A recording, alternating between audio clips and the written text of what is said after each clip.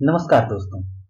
इस वीडियो के जरिए हम आज भौतिकी के एक बहुत ही रोचक पाठ का अध्ययन करेंगे। वह पाठ है प्रकाश और उसका परावर्तन। प्रकाश, जैसा कि हम सब जानते हैं, बहुत जरूरी है हमारे आसपास की चीजों को देखने के लिए। इससे हम किताबें देख सकते हैं, मेज देख पाते हैं, आसपास के लोगों को देख पाते हैं।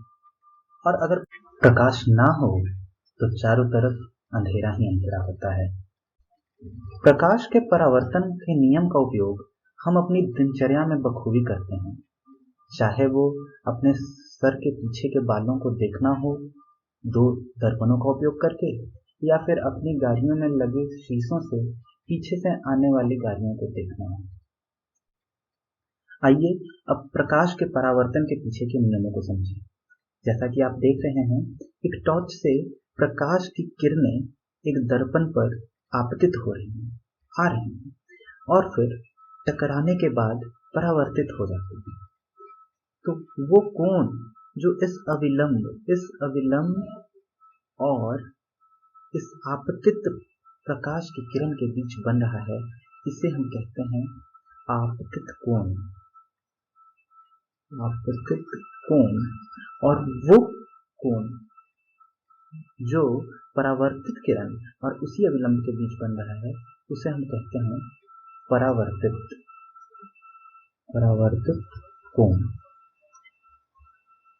अगर हम आपतित कोण को आई से दिखाएं, आई, और परावर्तित कोण को आर से दिखाएं, छोटा आर स्मॉल आर और स्मॉल आई से दिखाएं, तो एक समतल दर्पण के लिए I is equal to are. आई हमेशा आर के बराबर होता है, अर्थात जिस कोण के साथ किरणें आपतित होती हैं, उसी कोण के साथ किरणें परावर्तित भी हो जाती हैं।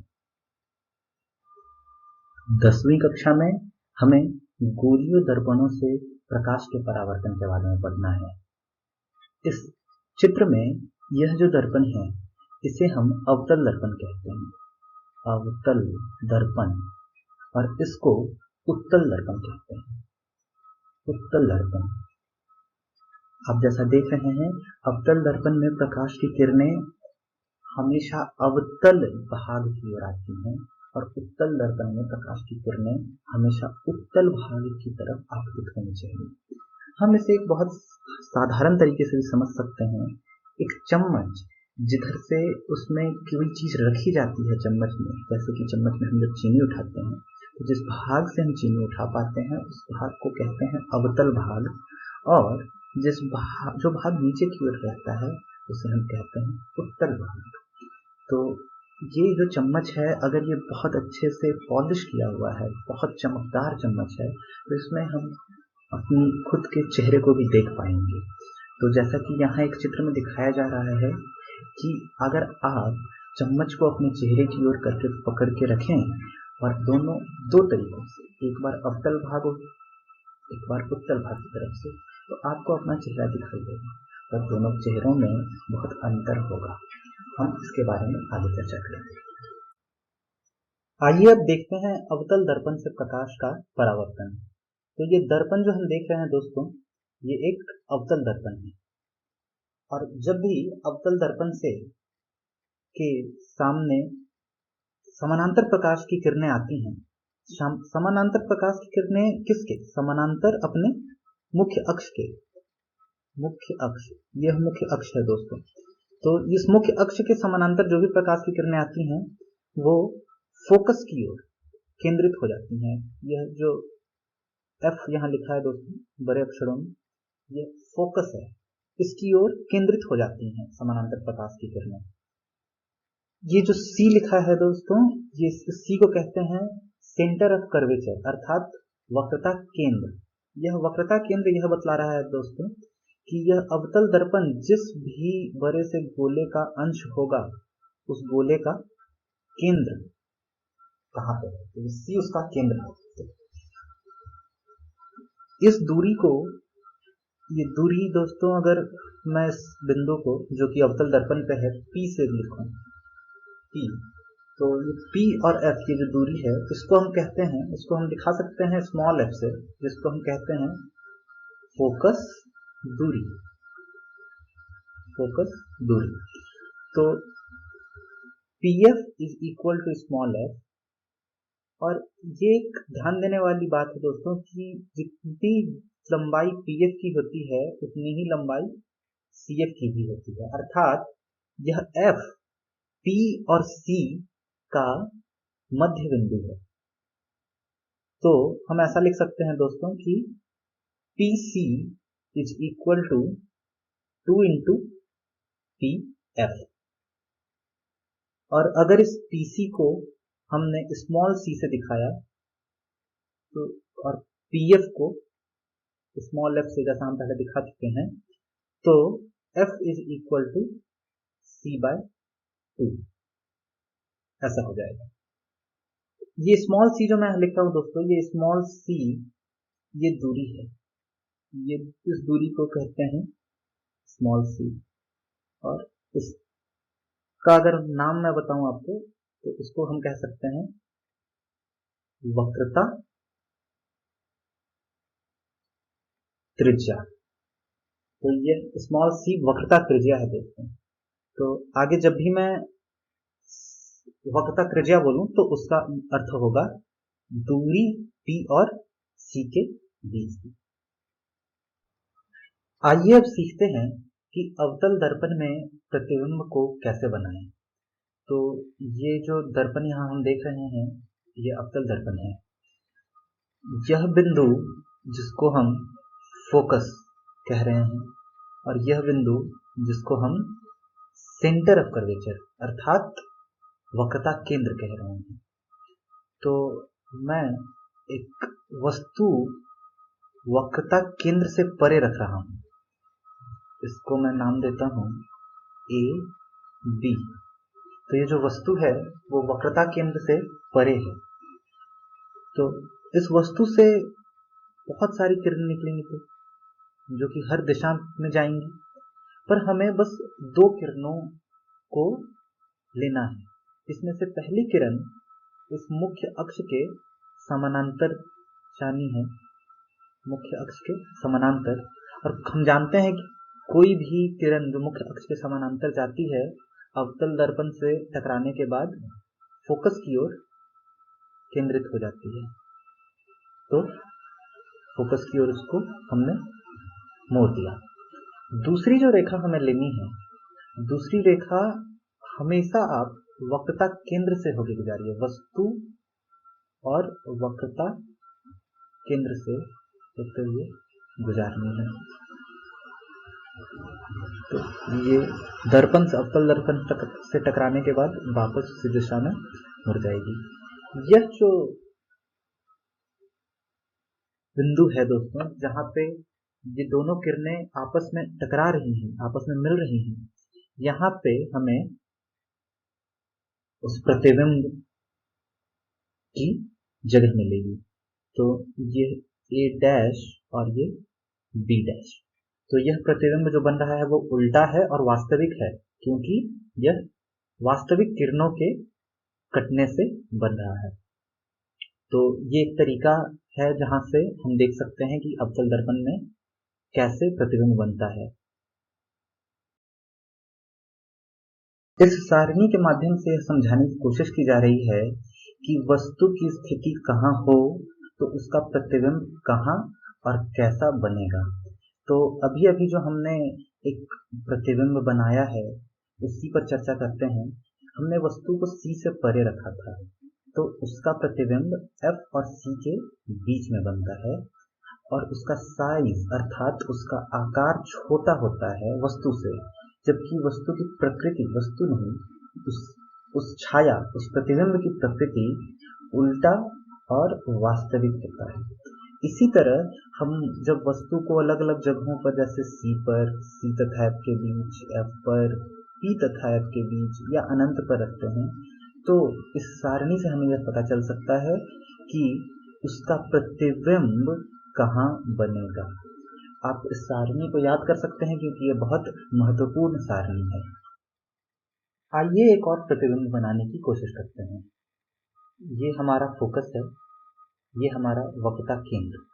इस बार हम वस्तु को इस पोल और फोकस के बीच में रखते हैं तो वस्तु यहाँ है। जैसा कि हमने पिछली बार भी किया था कि इस वस्तु से बहुत सारी किरणें निकलेंगी, पर हमें बस 2 ही किरणों का ख्याल रखना है। पहली किरण जो इसके मुख्य अक्ष के समानांतर जाती हुई दर्पण से टकराए, और कोई भी किरण जो मुख्य अक्ष के समानांतर जाएगी वो टकराने के बाद फोकस की ओर मुड़ जाएगी, फोकस की ओर केंद्रित हो जाएगी, तो हमने उसको फोकस की ओर मोड़ दिया। दूसरी किरण जो हमें लेनी है दोस्तों, वो है वस्तु से निकलकर वक्रता केंद्र तक पहुंचने वाली। ये हमने वस्तु से निकालकर वक्रता केंद्र को मिलाने वाली एक किरण बना ली। पर हम देख रहे हैं दोस्तों कि यह दोनों किरणें आपस में कभी टकराएंगी ही नहीं, ऐसा प्रतीत होता है। तब अब क्या कर सकते हैं? तो इस केस के लिए, ऐसे परिस्थिति के लिए हम लाइन को दोनों किरणों को पीछे की ओर बढ़ाते हैं। तो इस ब्लू कलर की लकीर को जब हम पीछे की ओर बढ़ा रहे हैं, किरण को जब हम पीछे की ओर बढ़ा रहे हैं, तो ये दर्पण से टकरा गई और टकराने के बाद ये फिर से वापस लौट आएगी। पर जब इसको हम टूटी हुई लकीर से और पीछे की ओर बढ़ाने की कोशिश करते हैं, टूटी हुई लकीर, क्योंकि वास्तव में कोई भी किरण दर्पण के पीछे नहीं जा सकती है, तो ये एक आभासी किरण है जो दर्पण के पीछे जा रही है। उसी तरह हम इस लाल रंग की किरण को भी पीछे की ओर बढ़ाने की कोशिश करते हैं, तो ये एक जगह कटती हुई प्रतीत होगी, और वो जो जगह कटती हुई प्रतीत हो रही है उस जगह पे प्रतिबिंब बनेगा। तो अगर ये ए और बी वस्तु है तो ए डैश और बी डैश प्रतिबिंब बन रहा है। और जैसा कि हम देख पा रहे हैं, प्रतिबिंब वस्तु से बड़ा है और प्रतिबिंब आभासी है दोस्तों, ये प्रतिबिंब काल्पनिक है। क्यों? क्योंकि यह वास्तविक किरणों के टकराव से नहीं बना, बल्कि यह बनता हुआ प्रतीत हो रहा है। और वो भी कब? जब कोई व्यक्ति यहाँ से इन दोनों किरणों को देख रहा है, तो उसे ऐसा प्रतीत होगा कि इस दर्पण में इस वस्तु का प्रतिबिंब उसके साइज से बड़ा, उसके आकार से बड़ा बन रहा है, पर वो वास्तविक प्रतिबिंब नहीं है दोस्तों। तो इस तरह से हमने सीखा कि अवतल दर्पणों में कैसे प्रतिबिंब को बना सकते हैं। आप खुद भी प्रयत्न कर सकते हैं वस्तु की जगह बदल के, पर हमेशा याद रखें, हमें हमेशा 2 किरणों का ख्याल करना है। एक किरण जो मुख्य अक्ष के समानांतर जाती है और दूसरी किरण जो वस्तु से निकलकर वक्रता केंद्र अर्थात सी से होते हुए गुजरती है, और इन दोनों किरणों के टकराव बिंदु पर ही हमारा प्रतिबिंब बनता है।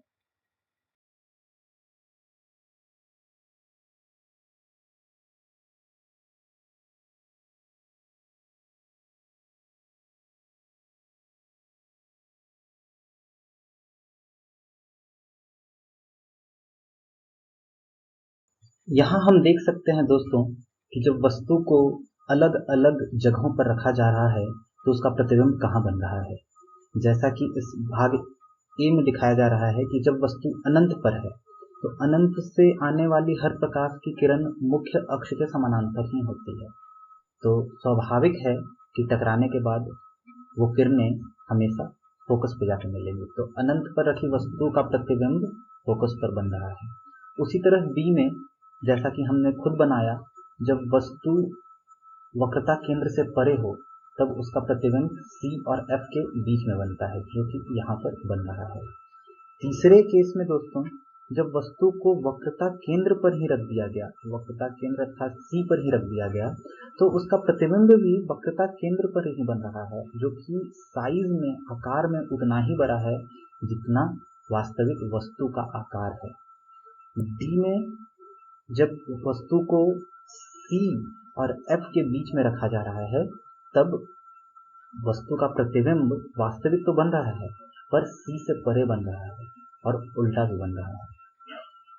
ई में जब वस्तु को फोकस पे रखते हैं तो वस्तु का जो प्रतिबिंब है वो अनंत पर बनेगा दोस्तों।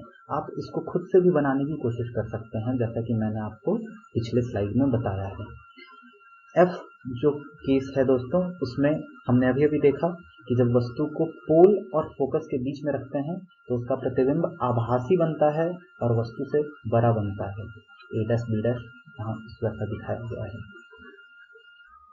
आइए अब समझते हैं उत्तल दर्पणों से प्रकाश का परावर्तन कैसे होता है। तो उत्तल दर्पण में भी मुख्य अक्ष यही है जैसा अवतल दर्पण में होता है। मुख्य अक्ष उसको कहते हैं जो पोल, ये पोल यहाँ पे, और फोकस, पोल और फोकस या पोल और वक्रता त्रिज्या को मिलाने वाली रेखा है, वही मुख्य अक्ष कहलाती है। और कोई भी समानांतर, इस मुख्य अक्ष के समानांतर आने वाली ये प्रकाश की किरणें यहाँ भी फोकस की ओर ही केंद्रित होना चाहती हैं, पर ये दूसरा भाग जो है, ये भाग जो है इस दर्पण का, वो कालिक किया हुआ है। इधर प्रकाश की किरणें नहीं आ सकती, तो हर प्रकाश की किरण परावर्तित हो रही है विपरीत दिशा में। पर जब उस परावर्तित किरण को आप पीछे की ओर बढ़ाएंगे तब ये फोकस की ओर ही केंद्रित होती हुई दिखाई देगी, प्रतीत होगी।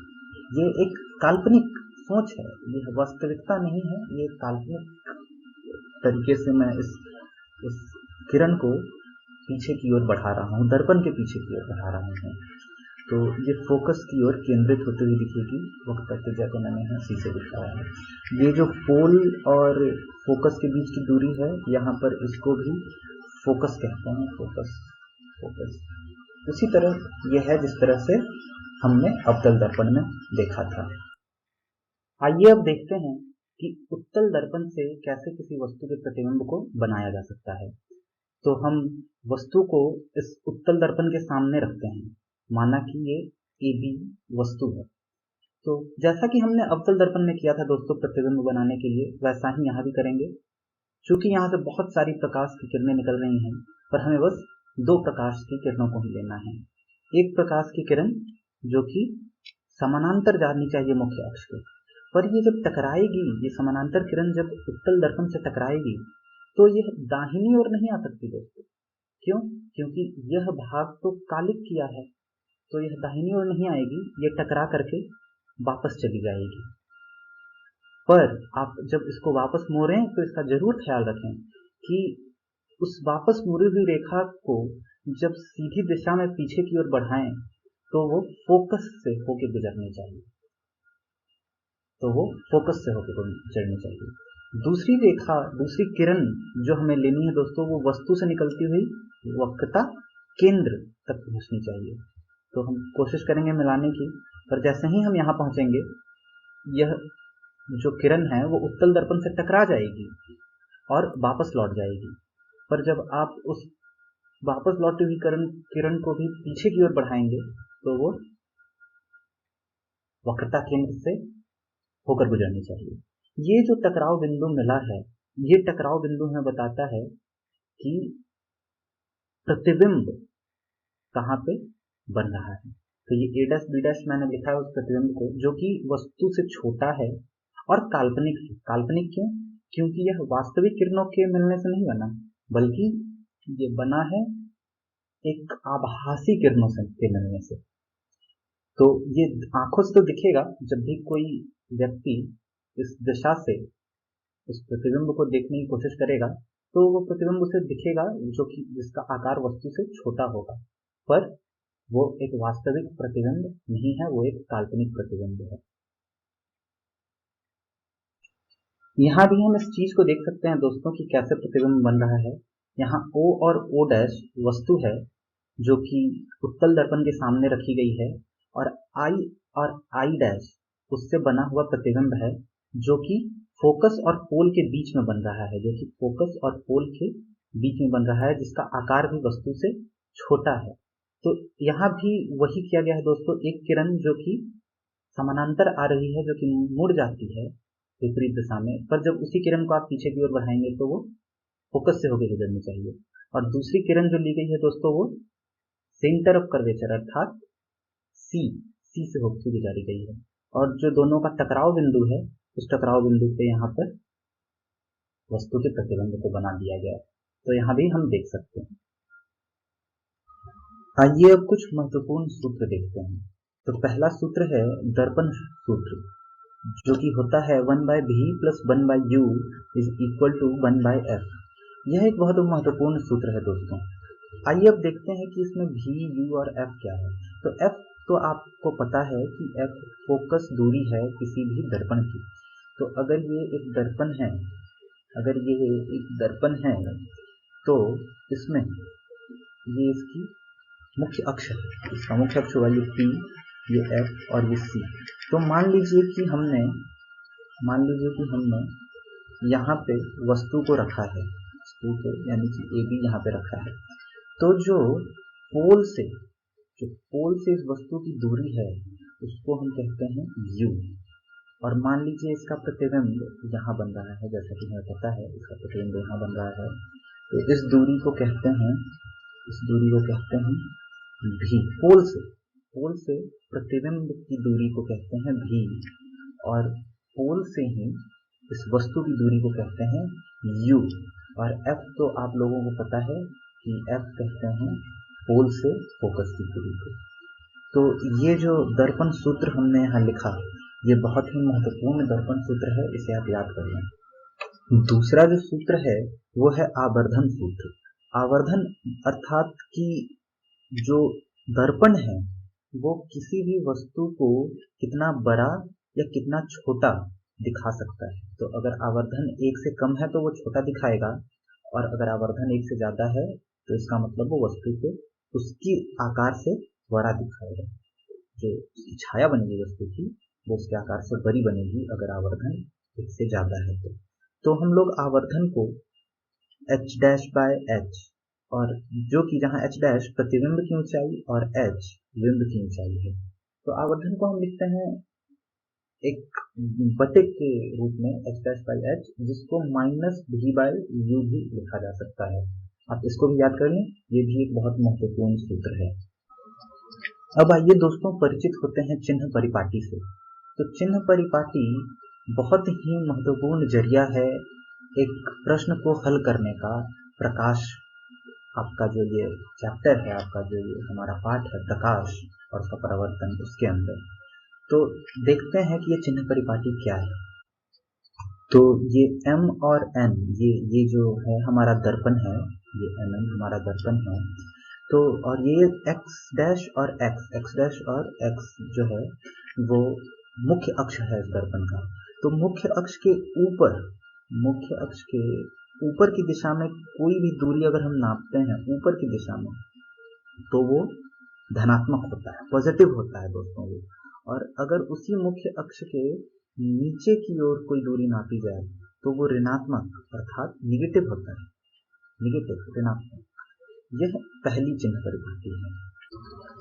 दूसरी ध्यान देने वाली बात यह है दोस्तों कि अगर कोई भी दूरी हम पोल से ले रहे हैं, और हर दूरी पोल से नहीं लेते हैं, तो जो भी पोल से दूरी अगर हम बाईं ओर ले रहे हैं, बाईं ओर अर्थात प्रकाश के आपतित दिशा से उल्टी दिशा में अगर कोई भी दूरी हम नापते हैं, कोई भी दूरी हम मापते हैं, तो वो ऋणात्मक होती है। ऋणात्मक क्यों? क्योंकि हम आपतित प्रकाश की दिशा के विपरीत दूरी नाप रहे हैं, तब वो ऋणात्मक होती है, निगेटिव होती है। और जब किसी दूरी को पोल से प्रकाश के आपतित किरण की दिशा में ही नापा जा रहा है, तो ऐसे देखिए हम दाईं ओर इसको ले रहे हैं, तो ये पॉजिटिव अर्थात धनात्मक दूरी है। तो यहाँ पूरी तरीके से हम चिन्ह परिपाटी को एक ही चित्र के अंदर देख सकते हैं कि ऊपर ली हुई दूरी पॉजिटिव होती है, धनात्मक होती है, नीचे ली गई दूरी ऋणात्मक होती है, पोल से बाईं ओर ली गई दूरी, बाईं ओर अर्थात हमेशा आप समझिए आपतित किरण की दिशा के विपरीत दिशा में ली गई दूरी ऋणात्मक, और उसी दिशा में ली गई दूरी, उसी दिशा मतलब आपतित किरण की दिशा में ही ली गई दूरी, मापी गई दूरी धनात्मक होती है। तो ये है चिन्ह परिपाटी। हम इसका उपयोग करके बहुत सारे प्रश्नों का हल कर सकते हैं। आइए दोस्तों अब एक प्रश्न हल करते हैं। इस प्रश्न में कहा गया है किसी ऑटोमोबाइल के पीछे का दृश्य, ऑटोमोबाइल अर्थात कोई गाड़ी, जैसे बस, ट्रक, ट्रैक्टर, कुछ भी, किसी ऑटोमोबाइल में पीछे का दृश्य देखने के लिए उपयोग होने वाले उत्तल दर्पण की वक्रता त्रिज्या अर्थात सी, रेडियस ऑफ कर्वेचर 3 मीटर है। यदि एक बस इस दर्पण से 5 मीटर की दूरी पर है तो प्रतिबिंब की स्थिति, प्रकृति तथा साइज ज्ञात करिए। स्थिति मतलब कि भी, प्रकृति मतलब वो वास्तविक है, उल्टा है, सीधा है, और साइज अर्थात वो वस्तु से छोटा अथवा बड़ा है। तो यहाँ से हम कुछ चीजें जो ज्ञात कर सकते हैं वो ये है कि वक्रता त्रिज्या, यहाँ मैंने उसको r से दिखाया है, वक्रता त्रिज्या 3 मीटर है और इसको पॉजिटिव धनात्मक लिया है हमने। बिंब दूरी अर्थात वस्तु की दूरी u और जो कि ऋणात्मक है, ऋणात्मक 5 मीटर। देखते हैं क्यों मैंने यहाँ ऋणात्मक लिखा उसको दोस्तों। तो ये एक उत्तल दर्पण है, तो उत्तल दर्पण को हम ऐसा बना सकते हैं। यहाँ हमने उत्तल दर्पण रखा, ये उत्तल दर्पण का मुख्य अक्ष हुआ। प्रकाश की किरण हमेशा इसके उत्तल भाग की ओर आ रही है। अब देखते हैं, कहा जा रहा है कि वक्रता त्रिज्या 3 मीटर है, तो वक्रता त्रिज्या जो यहाँ r से मैंने दिखाया है, जो कि हम पहले c से देख रहे थे, यहाँ इसको r से ही दिखाते हैं। ये वक्रता त्रिज्या हम हमेशा पोल से जब इधर की ओर दूरी मापेंगे तो ये दूरी प्रकाश के किरण की दिशा की दूरी में ही, प्रकाश की किरण की दिशा के जैसी ही है, तो ये दूरी धनात्मक है, पॉजिटिव दूरी है। अगर कोई दूरी हम इधर नापेंगे तो ये प्रकाश की किरण की दिशा के विपरीत दिशा में होगी ये दूरी, तो ये ऋणात्मक दूरी होगी। तो वक्रता त्रिज्या धनात्मक। बिंब दूरी यानी कि वस्तु की दूरी, वस्तु देखिए दोस्तों, वस्तु कहीं यहाँ रखी होगी, इधर कहीं भी हो सकती है वस्तु, यहाँ से यहाँ कहीं भी हो सकती है वस्तु, तो ये वस्तु है। और वस्तु की दूरी को जब पोल से नापेंगे तो हमें प्रकाश की दिशा के विपरीत दिशा में जाना पड़ेगा, प्रकाश की दिशा के विपरीत दिशा में जाना पड़ेगा, तो ये दूरी ऋणात्मक है, इसीलिए यहाँ इसको -5 मीटर लिखा है। प्रतिबिंब दूरी भी हमें निकालनी है दोस्तों। प्रतिबिंब की ऊंचाई हम ज्ञात करना चाहते हैं, उसका साइज ज्ञात करने के लिए। अब देखिए दोस्तों, फोकस दूरी हम निकाल सकते हैं। फोकस दूरी हमेशा वक्रता त्रिज्या के आधी होती है, तो 3/2 इज इक्वल टू धनात्मक 1.5 मीटर। हमें पता है, हमने अभी अभी ये सूत्र देखा 1/v + 1/u = 1/f। यहाँ से हम यह भी कह सकते हैं कि 1/v = 1/f - 1/u। बस इसको आप अदला बदली कर दें इसके दोनों तरफ, बराबर के दोनों तरफ, तो आप इसको पा लेंगे। यहाँ से जब हम निकालेंगे दोस्तों तो v जो है, v अर्थात प्रतिबिंब दूरी हमें मिल जाएगी धनात्मक 1.15 मीटर। और आवर्धन हम क्यों निकालना चाहते हैं, ताकि हम उसका साइज निकाल सकें। तो आवर्धन का फॉर्मूला अभी अभी हमने देखा था, सूत्र उसका अभी अभी हमने देखा था, इज इक्वल टू -v/u। इसको हम यहाँ पर इतना लिख सकते हैं दोस्तों। बस आप उन सारी जो आपको द्रव्यमान मिला था ऊपर में v का, u का, उसको बस आपको यहाँ पर रख देना है। तो इस तरह से आपको आवर्धन मिलेगा +0.23। ये 0.23 यह बतला रहा है दोस्तों कि जो प्रतिबिंब है वो वास्तविक वस्तु से इतना गुना छोटा है, या वास्तविक वस्तु का इतना गुना है। अर्थात अगर वस्तु AB साइज का है, AB उतना बड़ा है, तो इसका प्रतिबिंब बनेगा 0.23 गुने AB। तो इस प्रश्न में दोस्तों वस्तु का आकार नहीं दिया है, वस्तु का साइज नहीं दिया, तो उत्तर लिखने के लिए हम ऐसा लिख सकते हैं कि प्रतिबिंब का आकार वस्तु के आकार का 0.23 गुना है।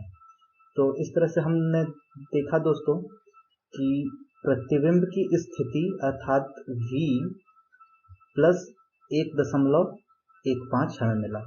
तो हमने स्थिति स्पष्ट कर ली। वस्तु की प्रकृति हमें इस प्लस साइन, इस धनात्मक चिन्ह से पता चलती है दोस्तों। तो प्लस चिन्ह जो यहाँ है यह बतलाता है कि वस्तु अपनी प्रकृति में उल्टा है। अगर ये माइनस होता तो हम कहते वस्तु अपनी प्रकृति में सीधा है। तो ये प्लस साइन हमें बतला रहा है दोस्तों कि ये जो प्रतिबिंब है वो उल्टा है प्रकृति में। और साइज चूंकि यहाँ वस्तु का खुद नहीं दिया तो हमने क्या किया, हमने आवर्धन निकाला है और ये कहा है कि जो प्रतिबिंब है वो वस्तु के आकार से का इतना गुना है। तो इस तरह से हम इस प्रश्न को हल कर सकते हैं दोस्तों। तो इस कक्षा में इतना ही। अगली कक्षा में हम देखेंगे प्रकाश का अपवर्तन और उससे फिर हम कुछ प्रश्न बनाएंगे दोस्तों। धन्यवाद।